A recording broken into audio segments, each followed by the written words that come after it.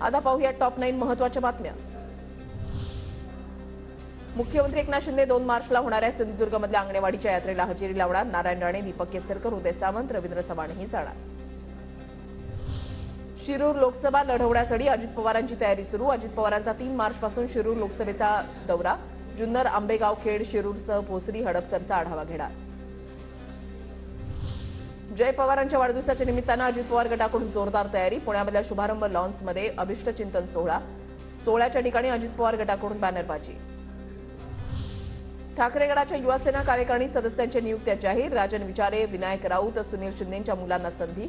शिंदे गटाकडून मारहाण झालेल्या रोशनी शिंदेंची सहसचिवपदी नियुक्ती।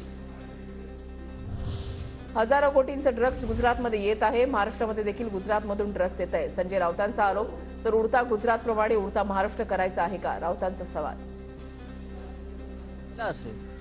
नाशिक, पुण्यामध्ये ज्या प्रकारे किंवा मुंबई शहरात ज्या प्रकारे ड्रग्जचा फैलाव झालेला आहे, हे सगळं ड्रग्ज गुजरातच्या मार्गाने या भागात महाराष्ट्रामध्ये पोहोचत आहे। गुजरातचा उडता गुजरात झालाय, पण त्याचबरोबर त्यांना महाराष्ट्रासारख्या राज्यांचाही उडता महाराष्ट्र करायचा आहे का, हा माझा प्रश्न आहे। राहुल गांधी 12 मार्चला नाशिक दौऱ्यावर। नाशिकमध्ये राहुल गांधी यांचा रोड शो होणार। राहुल गांधी काळाराम मंदिरामध्ये दर्शन घेणार।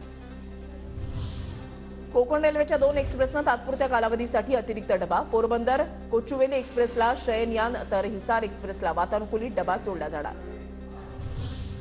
मुंबई गोवा महामार्गाच्या नावाच्या वादामध्ये आता कोकण प्रादेशिक पक्षाची उडी। महामार्गाला छत्रपती शिवाजी महाराज राष्ट्रीय महामार्ग नाव देण्याची मागणी।